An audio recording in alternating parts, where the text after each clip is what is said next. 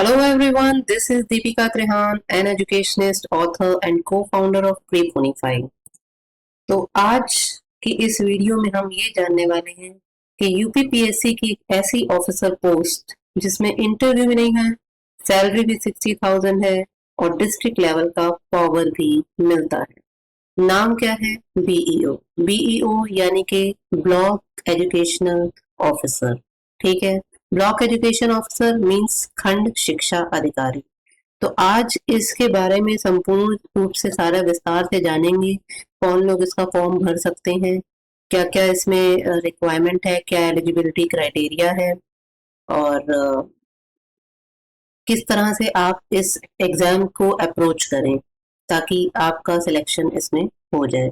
ठीक है, तो शुरू करते हैं आज की वीडियो, जिसमें हम चलते हैं आगे वीडियो में।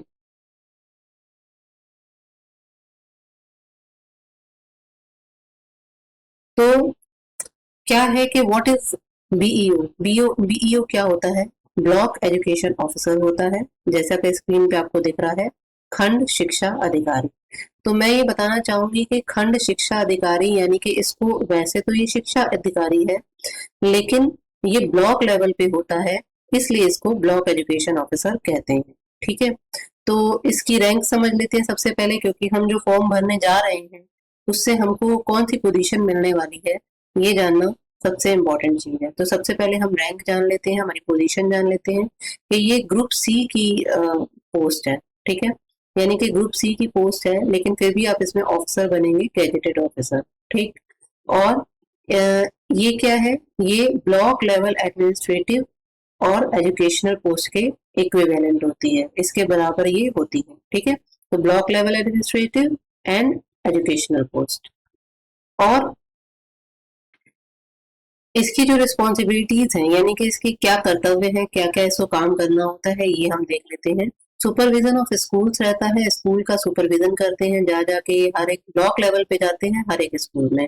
ठीक है, जैसे गवर्नमेंट के प्री स्कूल्स होते हैं और प्री प्राइमरी और अपर प्राइमरी, वहाँ ये जाते हैं और वहाँ के क्या क्या देखते हैं कि टीचर की अटेंडेंस कैसी है, टीचर अपना आ रहे हैं कि नहीं आ रहे हैं, प्रॉपर बच्चों को क्लासेस ले रहे हैं कि नहीं। ठीक है, बच्चों का एंगेजमेंट रिपोर्ट क्या है, टीचर का एंगेजमेंट रिपोर्ट क्या है, मतलब बच्चे और टीचर्स प्रॉपर स्कूल में आते हैं, शिक्षा लेते हैं कि नहीं, क्योंकि यही इसका काम है।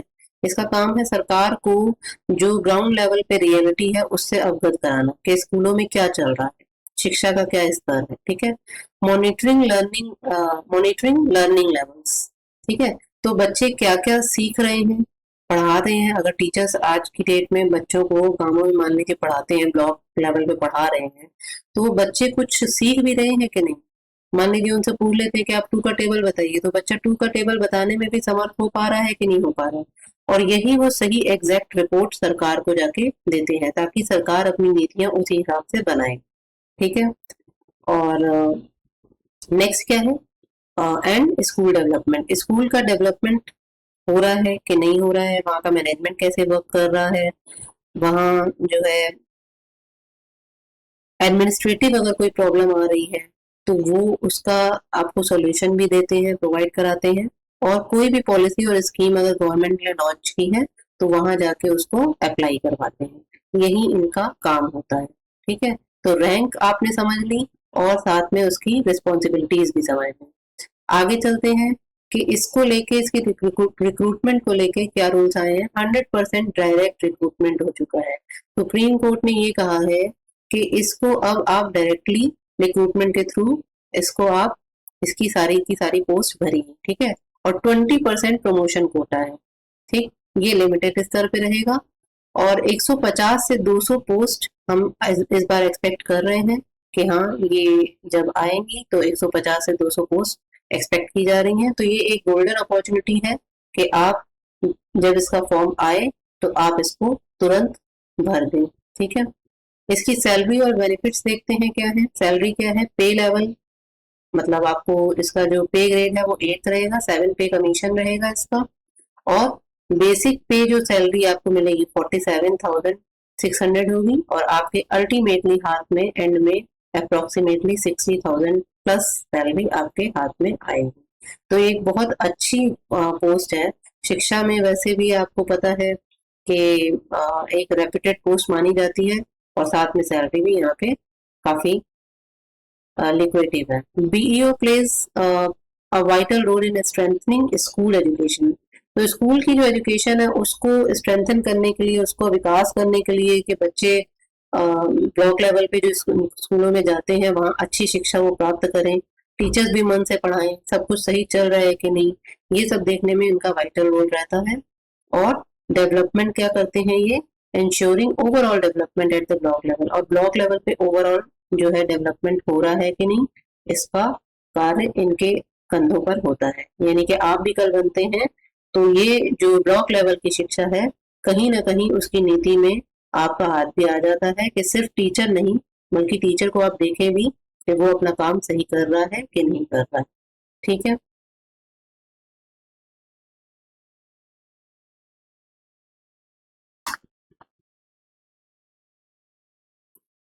आगे इसका समझ लेते हैं एग्जाम पैटर्न क्या है। एग्जाम पैटर्न में बेटा इसका एक जो पेपर होगा ये दो पार्ट में होगा, यानी कि प्री भी होगा और मेंस भी होगा।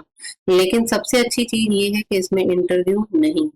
तो जो बच्चे अगर लिखने पढ़ने में सक्षम है, मेहनत अच्छी करते हैं, उनके लिए एक अच्छी गोल्डन अपॉर्चुनिटी है कि वो इसका लिखित में पेपर दें, प्रीलिम्स का और मेंस का। ठीक है। प्रीलिम्स में बेटा क्या रहेगा कि सबसे पहले ये जान लेते हैं कि इसको पेपर को भर कौन कौन सकता है। तो जो बच्चे जिन्होंने ग्रेजुएशन कर रखी है प्लस जिन्होंने बीएड कर रखी है, ठीक है, यानी कि जिन्होंने ग्रेजुएशन कर रखी है, ठीक है, और जिन्होंने साथ में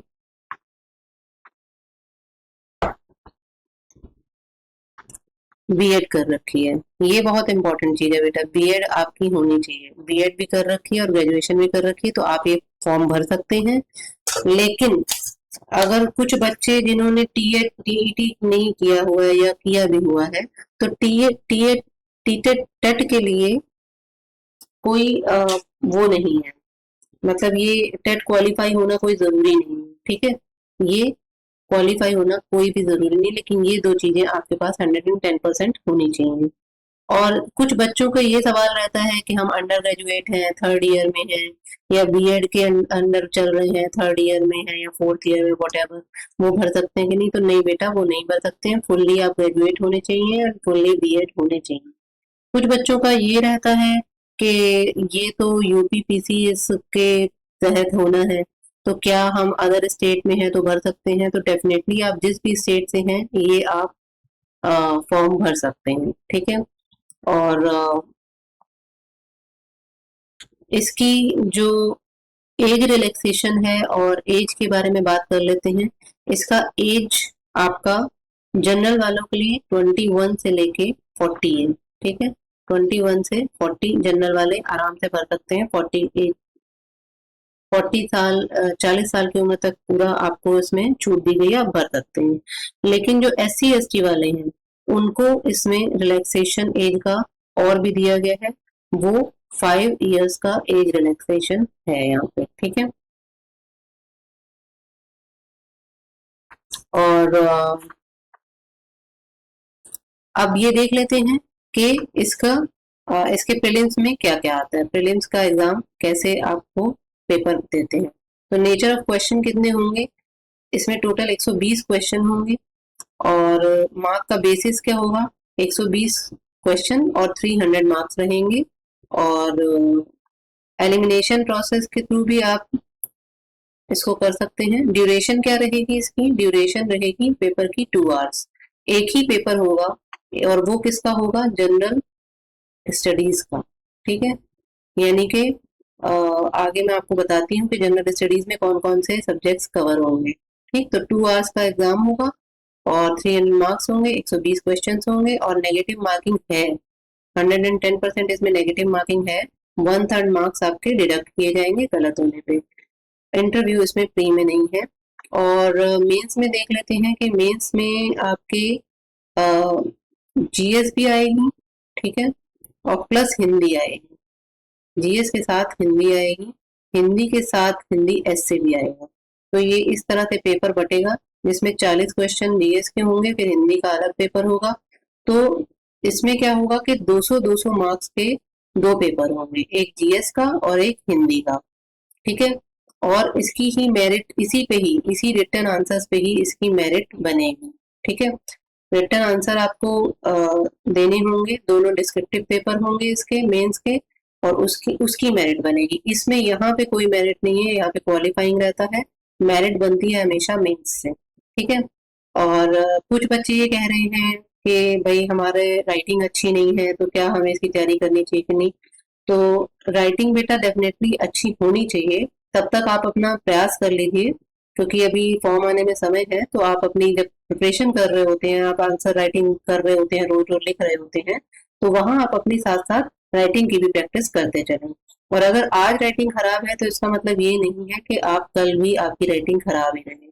तो इसलिए बिना संकोच के तैयारी करिए और अपना ये फॉर्म को फिल करिए। ठीक है, अब ये जो आपके दो दो घंटे के, सॉरी, दो पेपर होंगे जीएस के और हिंदी के, वो 3-3 घंटे का दो पेपर होंगे, यानी एक पेपर होगा 3 घंटे का, फिर दूसरा पेपर होगा 3 घंटे का, टोटल 6 आवर के पेपर होंगे। इसमें भी कोई नेगेटिव मार्किंग नहीं है, क्योंकि ये मेंस है, डिस्क्रिप्टिव है, इसमें उन्होंने नेगेटिव मार्किंग नहीं रखी है। और इसमें भी इंटरव्यू नहीं होगा, कोई पर्सनैलिटी टेस्ट नहीं है। आपको सबसे अच्छी चीज यही है कि आपको अपनी पर्सनैलिटी पे वैसे तो वर्क करना चाहिए, बट यहाँ अगर आप ना भी वर्क करें, आप अपने पढ़ने पे ज्यादा ध्यान दे दें, तो आपका ये पेपर निकलने से कोई भी नहीं रोक सकता है। ठीक है, अब ये क्या है, prelims is a screening test, मैंने पहले बता दिया, स्क्रीनिंग है खाली इसमें। और मेंस में हमेशा मेरिट बनती है, वहीं से आपका पेपर बनेगा, मेरिट बनेगी, और आपको ये सिलेक्शन मेरिट बेस पे होगा आपका। ठीक है, examination to test in depth knowledge and analytical ability. एक चीज और मैं बता दूं यहाँ पे, जो सब्जेक्ट्स आएंगे इसमें जनरल स्टडीज के साथ मैथ्स और रीजनिंग भी आएगी।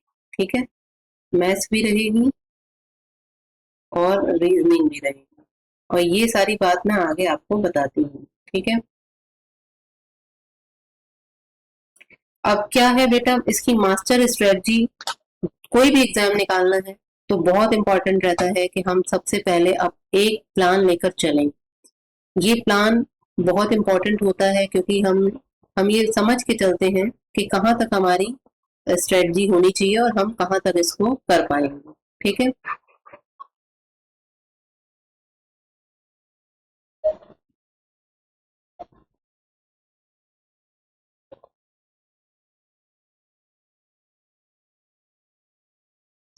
तो मास्टर स्ट्रेटजी क्या कहती है कि पहले आप जब भी कोई प्री और मेंस के ऐसे एग्जाम होते हैं जिनकी आप तैयारी करते हैं, तो हमेशा मेंस पहले तैयार करें। मेंस और प्री के जो कॉमन टॉपिक्स होते हैं आप उनको उठाएं, और मेंस को डेप्थ में पढ़ते जाएं, और प्री के क्वेश्चंस आपके अपने आप साथ में तैयार होते जाते हैं।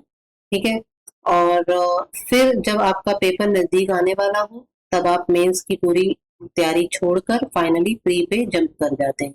ठीक है, यही हर एक पेपर को निकालने का तरीका होता है, यही आपकी स्ट्रेटजी यहाँ पर भी रहेगी।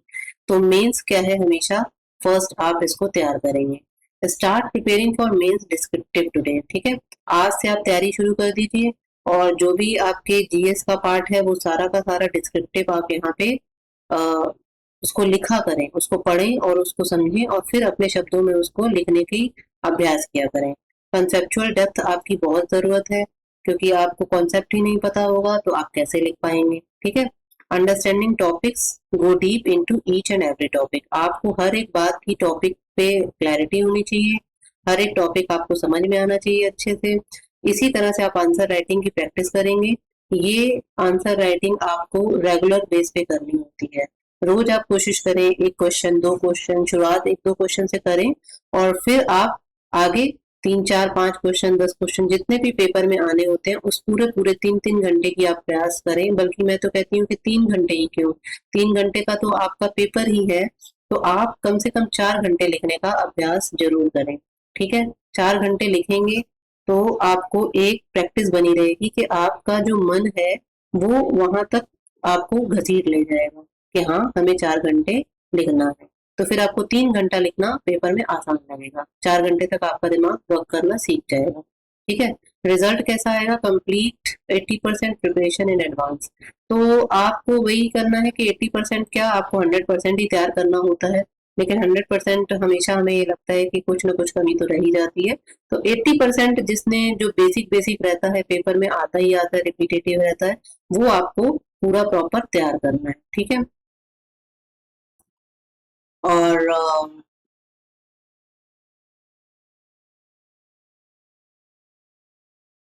फिर प्रीलिम्स का जो स्क्रीनिंग टेस्ट है, यानी कि प्रीलिम्स में, इसमें आपको सिर्फ और सिर्फ आपके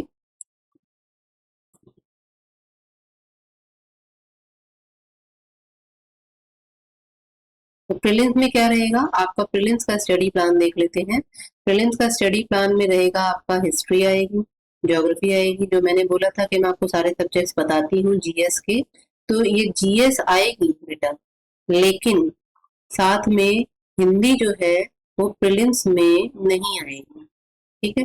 हिंदी प्रीलिम्स में नहीं आएगी, सिर्फ जीएस आएगी, प्लस मैथ्स आएगी, प्लस रीजनिंग आएगी, ठीक। अब आप वो जीएस का यहाँ पे समझ लीजिए, जीएस में कौन कौन से सब्जेक्ट्स आएंगे। हिस्ट्री रहेगा, ज्योग्राफी रहेगा, जिसमें हिस्ट्री में भी खास तौर से नेशनल मूवमेंट बहुत इंपॉर्टेंट रहेगा, ठीक है। ज्योग्राफी में वर्ल्ड ज्योग्राफी और इंडियन ज्योग्राफी रहेगी।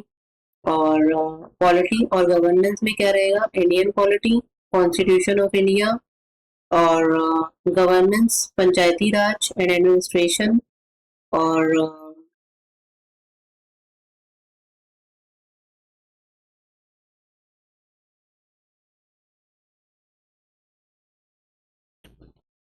साथ में आपका रहेगा गवर्नेंस और पंचायती राज और एडमिनिस्ट्रेशन, ठीक है। ये पॉलिटी का सारा कोर्स है, गवर्नेंस वगैरह सब इसी का ही एक पार्ट है।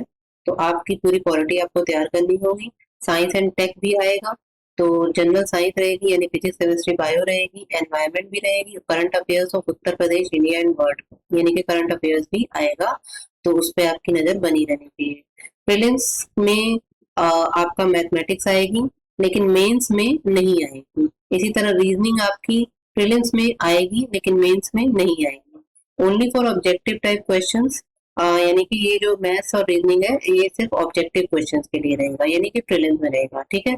फोकस आपको किसके रखना है, comprehensive preparation of all subjects. आपको बिल्कुल एकदम छोटा छोटा छोटा छोटा सारे आपको एग्जाम का जितने भी सब्जेक्ट्स हैं सब तैयार करते चलने हैं।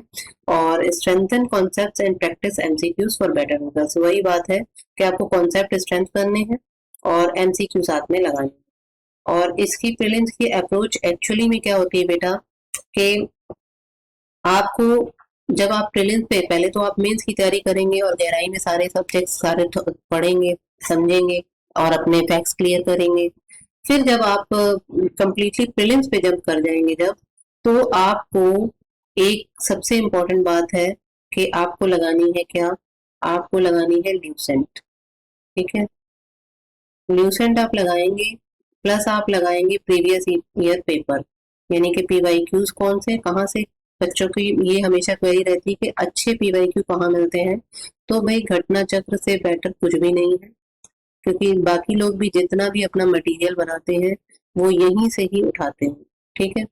तो आपको घटना चक्र लेनी है, ल्यूसेंट लेनी है। तो घटना चक्र की सीरीज और ल्यूसेंट की सीरीज हमारे प्रीपोनिफाई चैनल पर चल रही है। आप वहां जाके इसको अभी से देखना शुरू कर दीजिए, क्योंकि डेप्थ में चीजें समझाई गई हैं ल्यूसेंट में, इसी तरह डेप्थ में घटना चक्र में भी समझाया गया है। तो आप अभी से अगर देखना शुरू करते हैं तो एग्जाम के आने तक आपका ये सारा का सारा जीएस रेडी हो जाएगी, ठीक है। और प्लस आपको जो साथ में देना है पीवाईक्यूज, अलग से आपको टेस्ट मिलेगा इसका, वो हमारे प्री पोनीफाई के चैनल पे, आप टेलीग्राम पे जाएं, ठीक है। प्री पोनीफाई के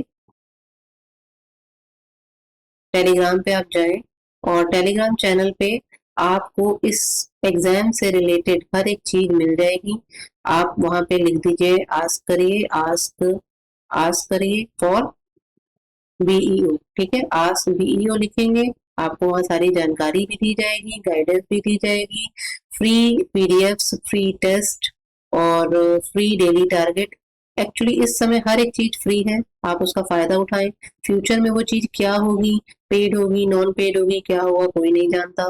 तो इस समय जो चीज फ्री है उसको आप उसका पूरा का पूरा लाभ उठा लें। ठीक है, और अपना एग्जाम क्लियर करें। और मुझे तो बहुत खुशी होगी कि जो हमारे चैनल से पढ़ के अगर और हमारी गाइडेंस लेके आप अगर पेपर निकालते हैं, तो इससे ज्यादा खुशी की बात हमारे लिए और कुछ नहीं होगी। बस आपको इतना करना है कि आप नीचे जाके कमेंट में ये बताएं कि हाँ आप सिलेक्ट हो गए हैं या आपने तैयारी करना शुरू कर दी है। ठीक है, अब आगे चलते हैं।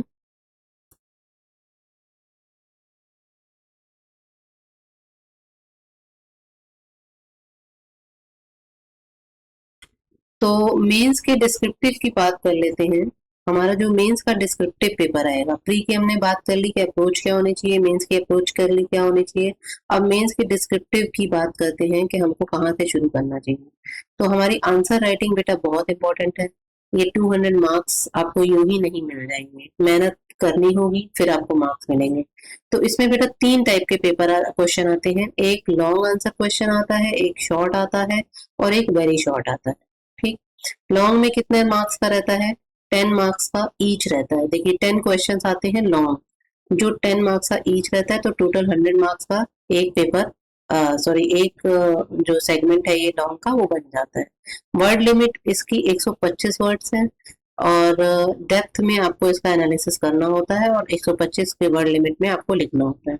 शॉर्ट आंसर कितने आते हैं, 10 क्वेश्चन इसके भी आते हैं, 6 मार्क का एक क्वेश्चन होता है, टोटल 60 मार्क आपके बनते हैं शॉर्ट के। ठीक है, इसकी वर्ड लिमिट 50 वर्ड्स होती है। ठीक है, टू द पॉइंट आपको लिखना होता है और कंसाइज लिखना होता है। वेरी शॉर्ट आंसर कैसे होते हैं कि बहुत ज्यादा शॉर्ट है और ये 2 मार्क्स के होते हैं। ठीक है, 20 क्वेश्चन आते हैं इसमें, तो 2 मार्क्स का एक क्वेश्चन रहता है, टोटल 40 मार्क्स बनते हैं और इसकी वर्ड लिमिट 25 वर्ड्स होती है।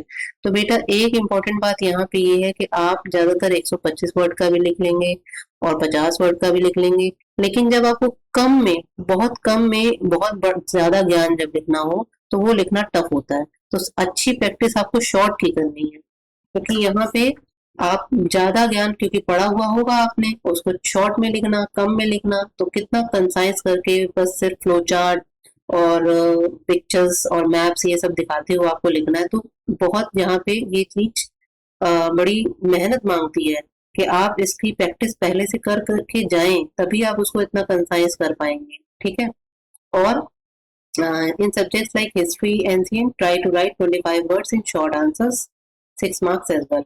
वही ये कह रहे हैं कि हिस्ट्री जैसी चीजें जहाँ पे इतना विस्तार से हर चीज बताई गई है, तो विस्तार में बताना आसान होता है, लेकिन शॉर्ट में बताने के लिए आपको अपने वर्ड्स का सिलेक्शन बहुत सोच समझ के करना होता है कि कम से कम में आपकी बात आप ज्यादा से ज्यादा कह पाए। ठीक है, that shows more content and can fetch extra marks. तो आपको ऐसा ही कंटेंट बनाना होगा अपना जिसमें आप ज्यादा से ज्यादा बात लिख पाए, लेकिन मार्क जो वर्ड्स हो वो कम हो, जिससे आपको एक्स्ट्रा मार्क्स भी मिले। ठीक है, यहाँ तक आपको सारी बात समझ में आ गई है। ठीक, अच्छा एक बात मैं ये बता दूं कि इसका जो पेपर होता है वो जो प्री की, यहाँ प्री में मैं आपको एक बात बता दूं साथ में कि ये पेपर होता है ऑफलाइन। ठीक है, ऑफलाइन पेपर रहता है और ओएमआर शीट आपको भरनी होती है। ठीक, ओएमआर शीट कैसे भरी जाती है, गोला होता है, 4 गोलों में से जो आपका सही उत्तर होता है उसको आपको गोले को काला करना होता है। ठीक है, black ball ball point pen से। ठीक है, तो ये एक अच्छा आपके पास अपॉर्चुनिटी रहती है कि आपको अगर कंप्यूटर पे मेहनत नहीं करनी आती तो आप आराम से ऑफलाइन पेपर देते हैं। ठीक, और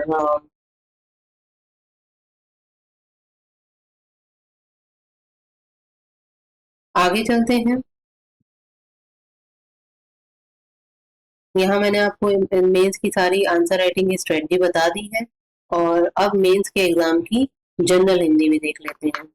तो बेटा दो पेपर मैंने आपको पहले ही बताए थे, 200 मार्क्स के होंगे, 3-3 घंटे के होंगे। तो यहाँ पे अब जनरल हिंदी और एसए भी देख लेते हैं। जनरल हिंदी क्या है बेटा, जनरल हिंदी में 100 मार्क्स का जनरल हिंदी आएगी, इसी तरह फिर एसए का होगा, एसए में भी 100 मार्क्स के एसए आएगा। इसमें रहेगा अनसीन पैसेज, अपठित गद्यांश, आपका पत्र लेखन होगा, पत्र लेखन में शासकीय पत्र होंगे, अर्धशासकीय पत्र होंगे, यानी कि ऑफिशियल लेटर्स और सेमी ऑफिशियल लेटर्स आपको लिखने होंगे। फिर हिंदी से इंग्लिश और इंग्लिश से हिंदी ट्रांसलेशन आपको करनी होगी, ठीक है। हिंदी से इंग्लिश और इंग्लिश से हिंदी ट्रांसलेशन आपको करनी होगी। साथ में ग्रामर आपकी क्या क्या आएगा, noun, pronoun, adjective, tenses, voice, adverb, conjunction, ये सब, यानी कि संज्ञा, सर्वनाम, विशेषण, काल, वाच्य, क्रिया विशेषण, तत्सम, तद्भव, वर्तनी, अनेकार्थी आदि, ये सब आपको ग्रामर में प्रैक्टिस करना होगा। और ये कितने मार्क्स का होगा, ये मेंस में 100 मार्क्स का होगा। इसी तरह आपका ऐसे जो आएगा वो कितने, 2 ऐसे आपको लिखने होंगे, 2 essays to be written, 50-50 marks each. 2 ऐसे लिखने होंगे, एक ऐसे का मार्क 50 नंबर, दूसरे ऐसे का मार्क भी 50 नंबर। वर्ड लिमिट आपकी 700 वर्ड्स रहेंगे हर एक ऐसे की, ठीक है। Essays can be written in either simple Hindi और फॉर्मल हिंदी, यानी कि आपको ऐसे हिंदी में ही लिखना होगा, ठीक है, क्योंकि ब्लॉक लेवल पे आप जब जाएंगे तो वहाँ इंग्लिश आपकी नहीं काम आएगी, हिंदी ही काम आएगी। इसीलिए यहाँ पे एग्जाम को भी इसी तरह प्रिपेयर किया जाता है कि आप जो फील्ड वर्क करने जाएं तो आप उसको निभा पाए, ठीक है। ये फील्ड फील्ड जॉब भी है, आपको ऑफिस में ही नहीं बैठे रहना, क्योंकि आप जगह जगह ऑफिस जो ब्लॉक लेवल पे जो स्कूलों में घूमेंगे तो कहीं ना कहीं आपको फील्ड जॉब करनी पड़ेगी, ठीक है। और however writing in English translation form is not allowed. अच्छा, तो आपको इंग्लिश में ऐसा ऐसे लिखने की जो मोहलत मिलती है वो यहाँ नहीं है। वो यूपी पीसीएस में आपको जिस तरह से कहा जाता है, जो यूपी पीसीएस का कंबाइंड एग्जाम होता है जिसमें पोस्ट एसडीएम की निकलती है, वहां तो आपको ऐसे को इंग्लिश में लिखने का मौका दिया जाता है, लेकिन यहाँ ऐसे सिर्फ और सिर्फ हिंदी में लिखा जाएगा, इंग्लिश का कोई ऑप्शन यहाँ पे अवेलेबल नहीं है, ठीक है। आई होप कि मैं आपको हर एक बात क्लियर करती जा रही हूँ कि आपका कोई भी डाउट ना बचे, ऐसा मैं कोशिश कर रही हूँ पहले ही बताने की, ठीक है, कि ये फील्ड प्लस ऑफिस जॉब है। और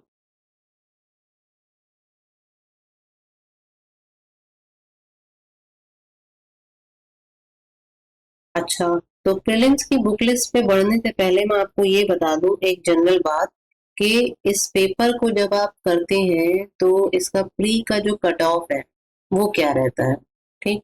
इसका कट ऑफ भी मैं बता दूं, मैं ज्यादा से ज्यादा बातें इस वीडियो में इंक्लूड कर लेना चाहती हूँ कि आपके मन में कोई डाउट ना रह जाए, ठीक है। तो इसमें बेटा कट ऑफ रहता है ज्यादातर जनरल वालों के लिए बेटा 115 से 125 रहता है, ठीक। और ओबीसी वालों के लिए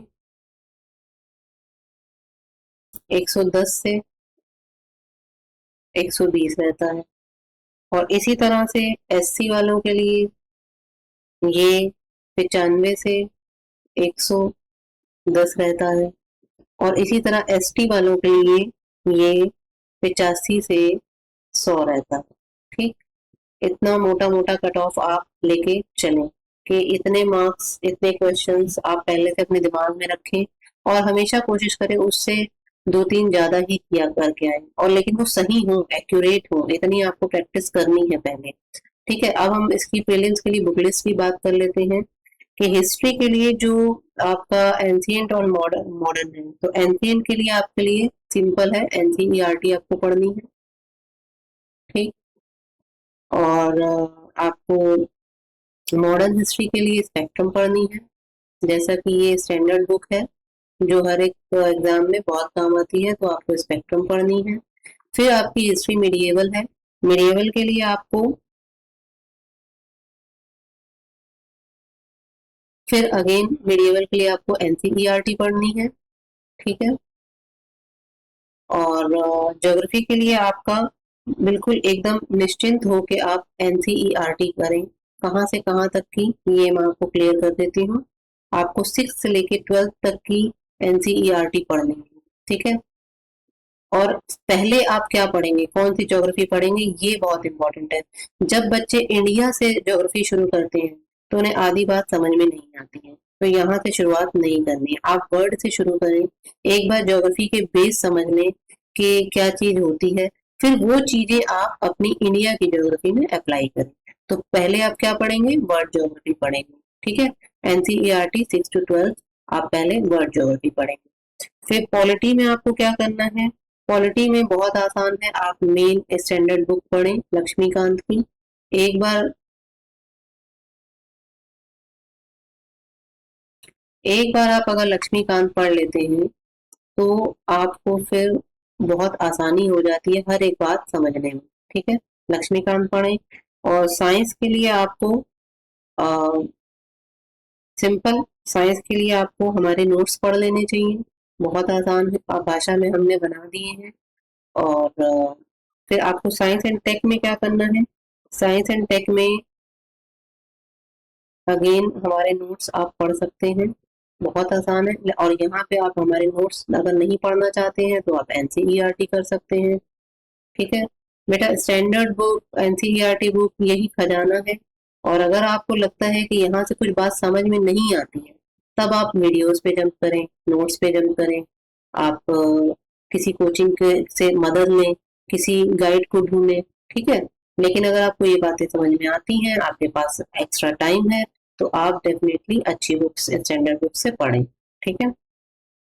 अब आगे चलते हैं, आगे क्या है ये देख लेते हैं। तो प्रीलिम्स बुक लिस्ट की जो अभी चल रही है उसमें उत्तर प्रदेश स्पेशल जो है, उत्तर प्रदेश में आपको क्या पढ़ना है बेटा, बड़ा आसान है। एक घटना चक्र की बुक आती है, वो आपको पढ़नी है, ठीक। हर साल वो यूपी के बेस्ड जो रहता है उससे वो सारा उसमें घटना चक्र में वो इंक्लूड करके आपको बुक पेश कर देते हैं, तो वो आराम से एक बुक आपको पढ़नी है और घटना चक्र समझ में आ जाएगी। अब एग्रीकल्चर, क्रॉप्स और एनिमल हस्बेंड्री वही एनसीईआरटी आपको पढ़नी है, ठीक है।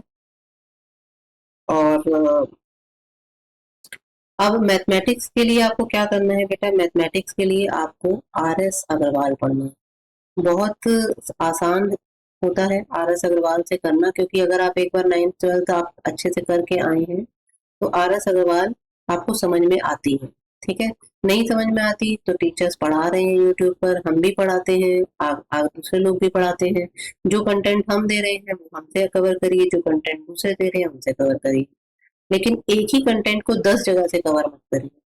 अगर हम ल्यूसेंट पढ़ा रहे हैं, हमारी ल्यूसेंट की सीरीज चल रही है प्रीक्वालिफाइंग चैनल पर, तो आप ल्यूसेंट फिर यहीं से देखें, 10 जगह से ल्यूसेंट को देखने का कष्ट मत करें। हाँ, तब आप जंप करें कि आपको लगे कि मैम आप पढ़ा रही हैं लेकिन हमें समझ में नहीं आता, तब आप डेफिनेटली दूसरे चैनल पे जंप कर जाएं। और अगर दूसरे चैनल पे पढ़ रहे हैं वहां समझ में आ रही है तो आप यहाँ मत आए, लेकिन एक टीचर को पकड़ लीजिए, पूरा उससे गाइडेंस लीजिए, क्योंकि वो टीचर वो शुरू से आपको गाइड कर रहा है, वो आपकी उसने उंगली पकड़ ली है, वो आपको एंड तक ले जाएगा, ठीक। जिस भी टीचर को पकड़े उसको एंड तक पकड़े और उसी की वीडियोस और उसी के सारे जो वो आपको इंस्ट्रक्शन देता है वो फॉलो करें, ठीक है। अब रीजनिंग के लिए आपको क्या करना है, रीजनिंग जो आपकी बेसिक लेवल है वो वो भी आपकी कहीं ना कहीं यहाँ से ही हो जाएगी कंप्लीट। और नहीं तो आप कोई वीडियो देख लें, बहुत अच्छे से समझा देते हैं उसमें, ठीक है। करंट अफेयर्स क्या करना है बेटा, करंट अफेयर्स के लिए घटना चक्र।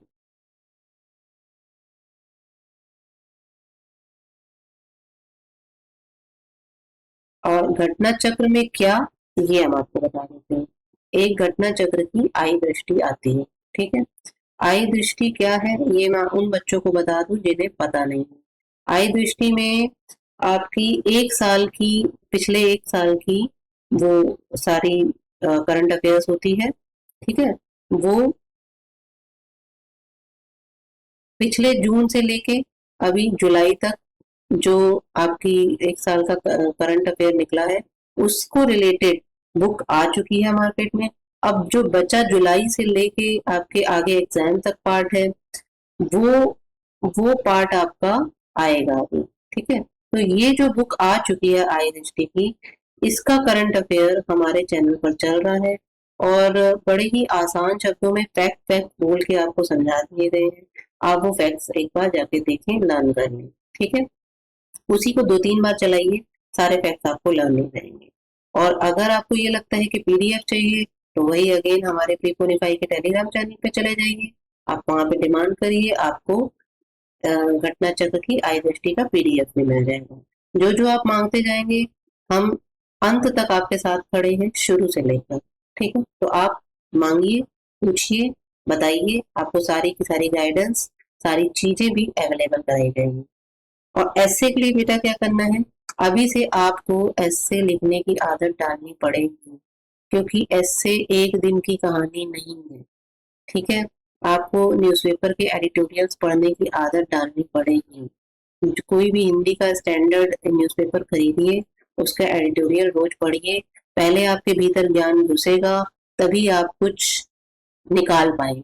ठीक है, लेकिन वैसे अगर आप चाहते हैं कि आपको हिंदी की पूरी गाइडेंस मिले, तो हिंदी की जो प्री की गाइडेंस है, ठीक है, वो हमारे चैनल पर जल्द ही इसकी सीरीज शुरू होगी। आप हिंदी भी चाहें तो हमारे चैनल से कर सकते हैं।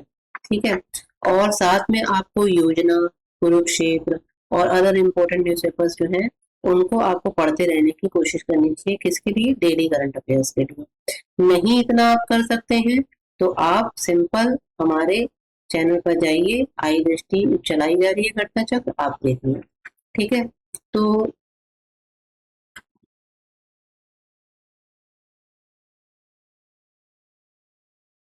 फाइनली मैं ये कहना चाह रही हूँ कि आप जब मेंस की आंसर राइटिंग में अच्छे अच्छे फ्लो चार्ट, टेबल्स और ये सब डालेंगे, तो आपका एग्जाम निकलने के चांसेस हमेशा ज्यादा रहते हैं। ठीक है, और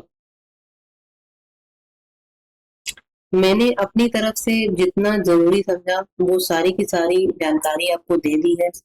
अब लास्ट में मैं आपको इतना ही बात बताना चाहती हूँ कि फिलहाल हमारे चैनल पर न्यूसेंट चल रही है। ठीक है, और घटना चक्र चल रही है। घटना चक्र अभी ना मिले तो आपको 2-3 दिन में ये शुरू करने वाले हैं, और साथ में आपको हिंदी भी हम बहुत जल्दी शुरू करने वाले हैं। प्लस ल्यूसेंट के साथ इस समय हमारा चल रहा है करंट करंट अफेयर्स चल रहा है आई दृष्टि का। ये दोनों चीजें तो आपकी हम लोग यहीं से कवर करा देंगे। हमारी पूरी कोशिश है कि हम आपका एग्जाम प्री का निकलवाएं ही निकलवाएं। ठीक है, जो भी गाइडेंस आपको इसके चाहिए, उसके लिए तहत चाहिए, आपको बुक चाहिए, पीडीएफ चाहिए, नोट्स चाहिए, आपको आपको टेस्ट चाहिए। ठीक है, जो भी चीजें लगती है इस पूरे एग्जाम में, वो सब आपको फ्री में पूरी गाइडेंस मिल रही है और आपको कराया जाएगा। जिन बच्चों का मेंस की बात आएगी तो फिर आपको मेंस में भी आगे गाइड किया जाएगा। ठीक है, तो आई होप कि आपको आज ये पूरी बात समझ में आ गई कि ये जो एग्जाम है ये क्या है, और ब्लॉक डेवलपमेंट ऑफिसर इसको आपको कैसे टैकल करना है, क्या क्या चीजें आपने समझनी है, कैसे कैसे करना है, आपको सब समझ में आ चुका है। और इन लास्ट मैं आपको धन्यवाद देती हूँ कि आपने इतनी देर ये सारी बात देखी, सुनी, समझी। और अब अगर आपको ठीक लगता है तो आप साथ के साथ अभी चैनल पर जाकर अपने न्यूज एंड की सीरीज को देखें और पढ़ना शुरू कर दें। ठीक है, फिर मिलते हैं आगे किसी और एग्जाम की अच्छी नॉलेज के साथ। टिल देन आप सब हार्डवर्क करते रहें और अच्छा रिजल्ट देने की कोशिश करें। Bye bye.